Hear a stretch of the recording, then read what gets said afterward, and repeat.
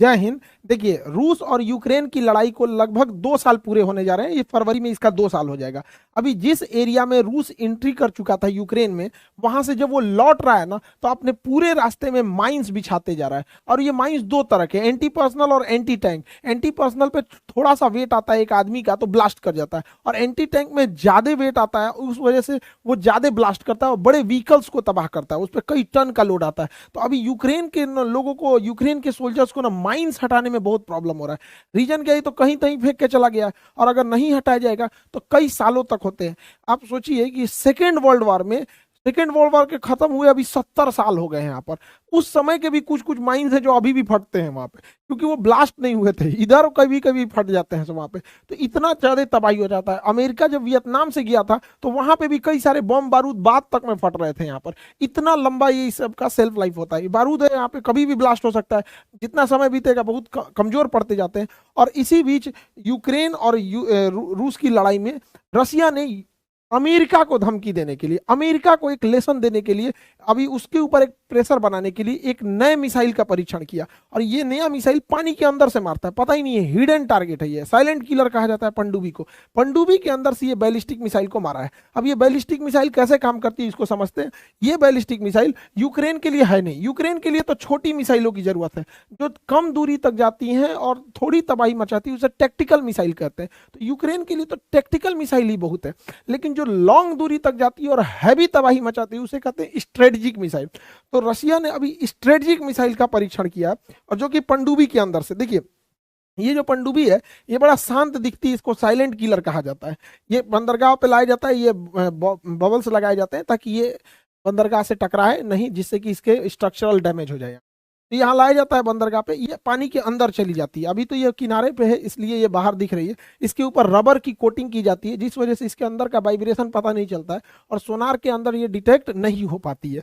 और जब ये इसको बंदरगाह से दूर ले जाना होता है तो टग बोट से इसे ढकेल के गहरे पानी में ले जाया जाता है। ये टग बोट्स बहुत जरूरी होते हैं। कितने भी बड़ी जहाज हो जाए, चाहे टाइटेनिक हो या भारत का विक्रमादित्य, विक्रांत, जो भी युद्धक जहाज हो जाए, उनको टग बोट्स ही बंदरगाह तक खींच के लाते हैं। और बंदरगाह से भी बाहर करने का काम यही छोटे वाले टग बोट्स करते हैं। बड़े पावरफुल होते हैं, ये ढकेल के लेके चले जाते हैं, फिर गहरे पानी में ही आगे चले जाते हैं। तो ये सबमरीन जो होते हैं साइलेंट किलर है। ये पानी के अंदर चली जाएगी और पता ही नहीं चलेगा। और पानी के अंदर जाने के बाद ये मिसाइल को फायर कर देगी।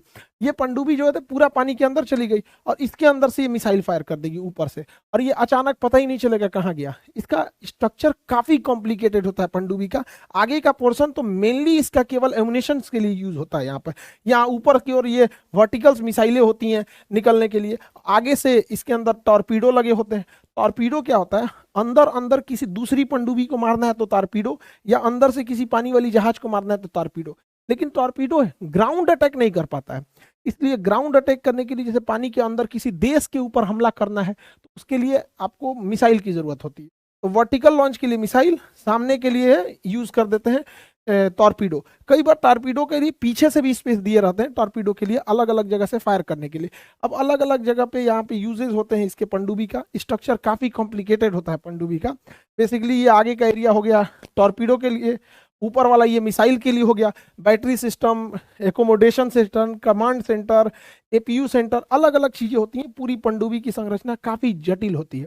और बड़े साइज की पनडुब्बी पूरी दुनिया में सबसे ज्यादा रसिया बनाता है। उसकी पनडुब्बी बहुत बड़ी साइज की होती है, जिस वजह से उसमें बहुत ज्यादा साइज के मिसाइलें आ जाती हैं। ये पनडुब्बी जो दिखने में शरीफ होती है, इसके आगे का एरिया में पूरा मिसाइल ऐसे भरे रहते हैं सब। यहाँ पे आप देखिए, पनडुब्बी के आगे का ये हैच खुल जाता है और इसी में से अंदर से मिसाइल निकलती हैं सब। यहाँ पे ये पानी के अंदर चला जाएगा, अभी तो इसमें पानी घुस जाएगा। यहाँ पे इसके अंदर हैच होता है। यहाँ देखिए कितना हैच बना हुआ है, 1 2 3 4 5 6 7 8। हमको तो 8 दिख रहा है, 8 इधर है, 8 इधर है, यानी 16 बैलिस्टिक मिसाइल मार सकता है यहाँ पे।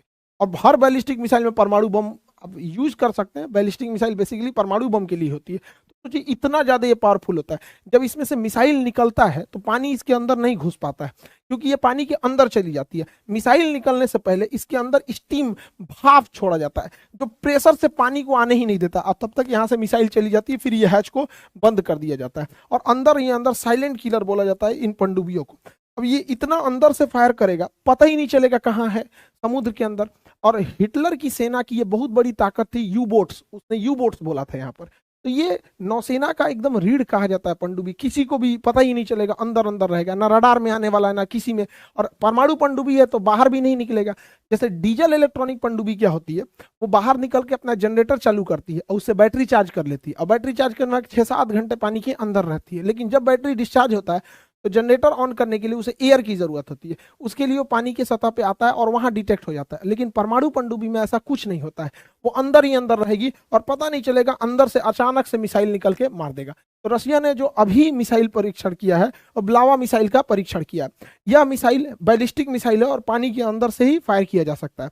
बैलिस्टिक मिसाइल जो है हमेशा लॉन्ग रेंज के लिए यूज होती है, लॉन्ग रेंज के लिए, और ये प्रोजेक्टाइल पे काम करेगा। एक बार ये अंतरिक्ष में चला जाएगा और वहां से अपने टारगेट को सेलेक्ट करने के बाद वापस आएगा।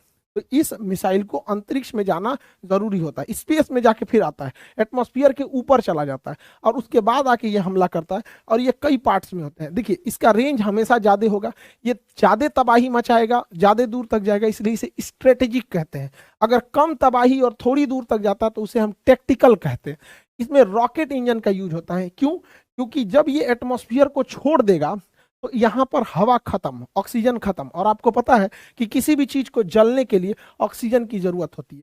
तो इसके अंदर जो फ्यूल है वो तो जल ही नहीं पाएगा अंतरिक्ष में, क्योंकि वहां पे तो ऑक्सीजन ही नहीं है। तो इसलिए अपना एगो ऑक्सीजनों का सिलेंडर लेके जाता है और धधकाते रहता है, धधकाओ यहाँ पे धधकाते रहता है। तो जो जहाज या जो इंस्ट्रूमेंट, जो भी मतलब इंजन अपना पर्सनल ऑक्सीजन का सिलेंडर लिया रहता है उसे कहते हैं रॉकेट इंजन। और जो बाहर से ऑक्सीजन सूंघता है इसे, उसे कहते हैं जेट इंजन। तो जहाज में लगल रहता है जेट इंजन, हेलीकॉप्टर में जेट इंजन, वो बाहर से सूंघ लेता है ऑक्सीजन, इसे हो गया काम।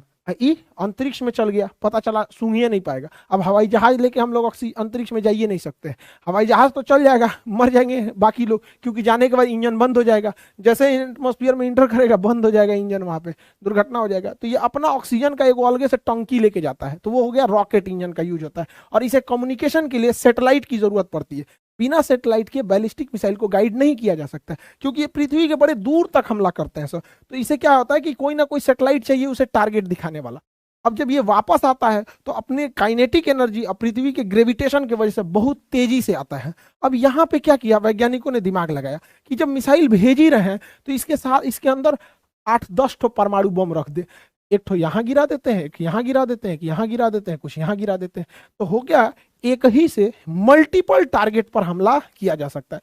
इसलिए ये बैलिस्टिक मिसाइल बहुत खतरनाक होते हैं।